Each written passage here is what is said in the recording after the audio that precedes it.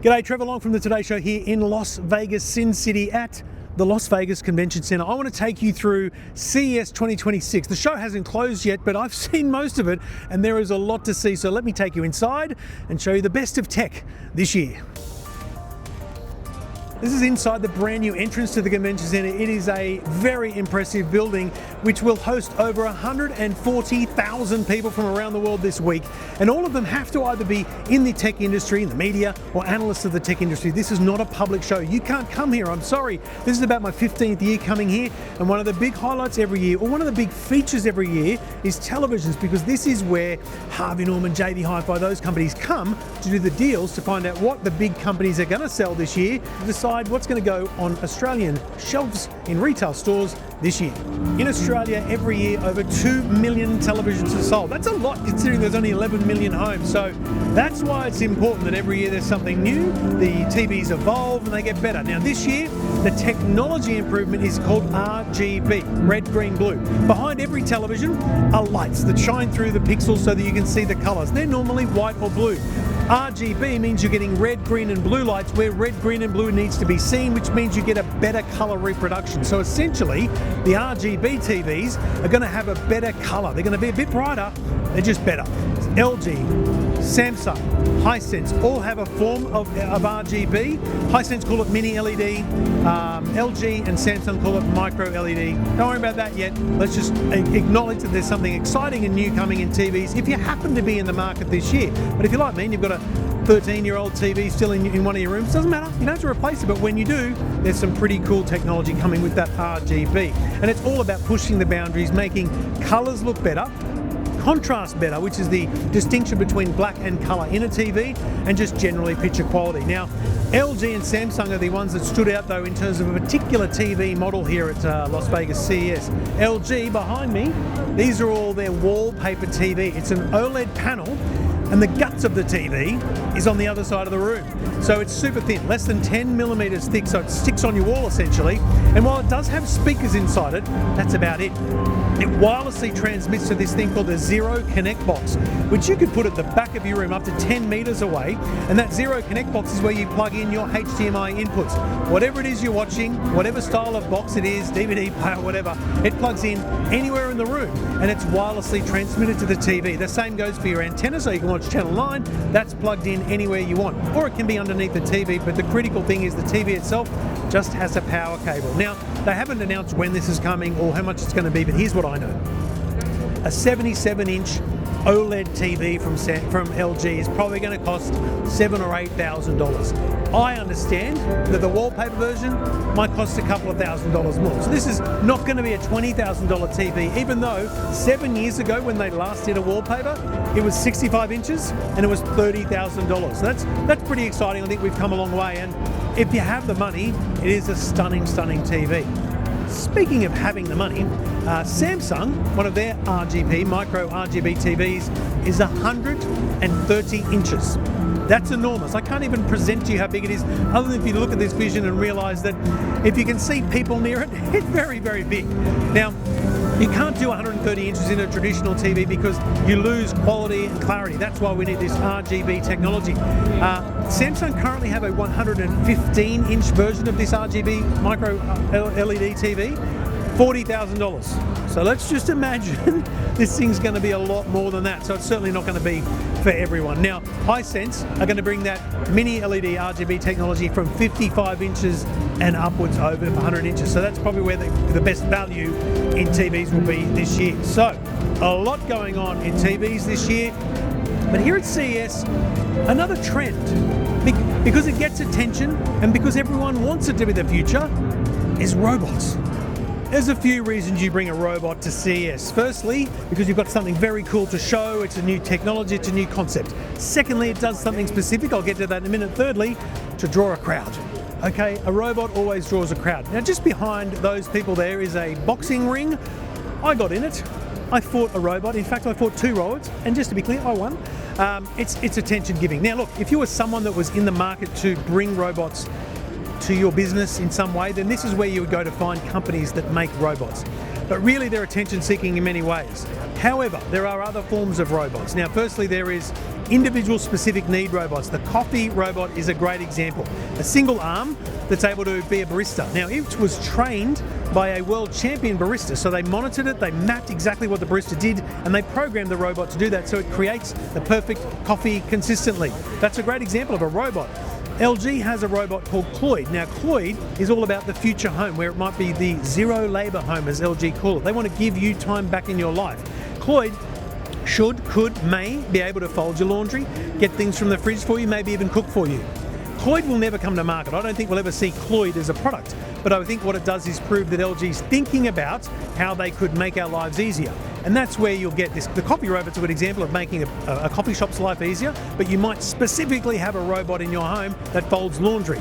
The other robots we see here are weird ones, like companion robots, fluffy toys, or they might look like a dog or a cat, and they look so lifelike because of their movements and things. We saw one at EcoVax that kind of came to life when you came near it. If you walked around, it would follow you. It made noises. It had warmth. There is a need for companionship, but also there's a learning there. So someone who's elderly, still lives at home, might have a companion robot that learns their habits. And if they break those habits, their family might be notified. There is an exciting future in companion robots. The robots that most matter, though, are the ones that we really, really use right now, robot vacuums. Millions of people use them, and in Australia they're a big, big, big market. Roborock here have a new range of robots, but they also have a robot with legs. A robot with legs. Last year they had one with an arm. This year they have one with legs, so it can climb upstairs. It looks a bit ridiculous, but it will do the job. It'll not only be able to clean downstairs and upstairs, but it'll clean the stairs in between. A little bit feature grabbing, trying to get attention from people like me, but genuinely something that over the next couple of years we will solve the problem of robots cleaning stairs and upstairs.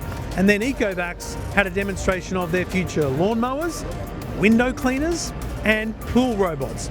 Now, the pool robots are exciting because that's a really big market. APAR, Ybot, Beatbot, there's a bunch of them already out, but they're not really big brands in retail. So EcoVax is a big brand in retail. They'll probably be able to really break into the Aussie market. There are millions of pools in Australia. I see no reason why anyone that currently owns a robot vacuum and loves it won't go, we should have one of these in the pool. So the pool cleaner should do very well. And the lawnmowers, I've used robot lawnmowers for years. They're excellent, but they don't cut the edges. This one from EcoVax, the new GOAT, has a whippersnipper on the edge. So we might be solving a few more of those problems over the years ahead. So while some robots are attention grabbing, others super practical. Laptops are much of a muchness, but ASUS had some cool stuff here. Their A-series, which is a stunning laptop, I gave it my award for best laptop last year, has a finish called Ceruluminum, which is essentially a mix of ceramic and aluminium, but it's very, very, very soft, weird, soft stone touch, but it's durable. That's going to be through the whole thing, even the keyboard. It's also going to be available in a beige color this year.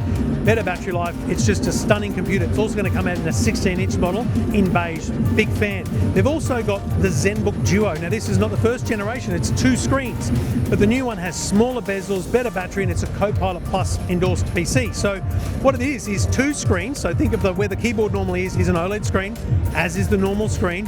Very light bezels, so you can not big gap between them, but it's also got a stand. So imagine your laptop propped up, so you're actually looking at both screens, and then the keyboard that comes with it is wirelessly and just sitting on the desk in front of you.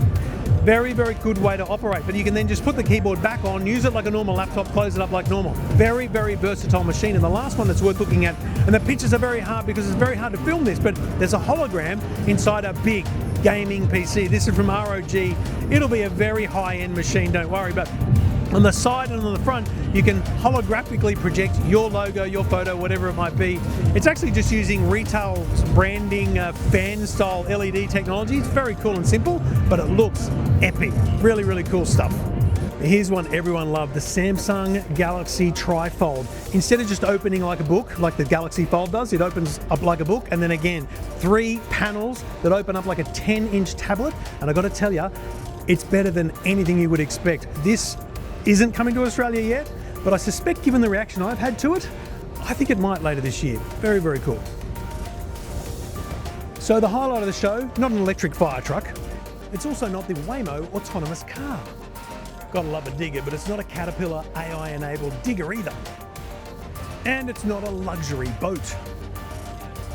It's almost this massive John Deere harvester. The resounding pick of the show here is the debutante, Lego. Honestly, it seemed like a strange thing for a plastic toy company to come to the biggest tech show in the world, but they announced the Smart Play system. Now, the Smart Play system is a smart brick, like a 4x2 brick, which has basically a computer in it that can detect smart tiles, which are little 2x2 tiles, and detect smart minifigs, which are normal minifigures but with like a transmitter in them, a signal in them. And together those things work to create lights and sounds and a super interactive play. And I think the best example is one you can't do yet because it was just demonstrated to me, but imagine using your own spare Lego, you built a helicopter. You put a helicopter tile. So this tile is programmed to be a helicopter in there, put a minifig in there, and then you put the smart brick close to them both. And then when you lift it up, it makes helicopter sounds. When you fly it, it makes different sounds. If you turn it upside down, it'll make a crashing sound.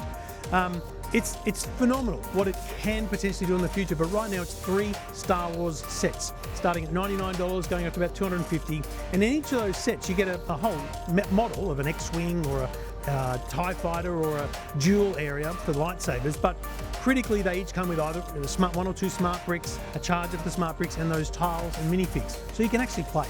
Like the duel, you could have Darth Vader and Luke Skywalker having a lightsaber duel. And as they connect with each other, they make the lightsaber sounds. If you knock one of them off, they acknowledge that they won the battle. It's phenomenal. They went to so much trouble here at Las Vegas to promote this that they took over the Las Vegas Sphere. The Las Vegas Sphere is an enormous building. It's a concert venue, and the outside can be a big screen. Basically, it's lots of little LED lights. And they took it over. They had a life-size Lego X-Wing, so Luke Skywalker's fighter. They turned the Sphere into the Death Star, and I got to sit in this X-Wing using a joystick to do the trench run on the Death Star. My name was in lights across Las Vegas because this thing is so big. Such a big way to start this thing called Lego Smart Play. They really have impressed here, and I think it's just genuinely cool innovation. If it wasn't for that, I'd probably be picking the LG Ultra Thin Wallpaper TV. We'll be back next year in January once again. I love CES. It's a great show. It's a very nerdy thing, but it's also cool because it's the stuff you're going to see hopefully on stores' shelves this year. So we'll be back again in 2027. Like, subscribe, be ready for 12 months away. I'll be back.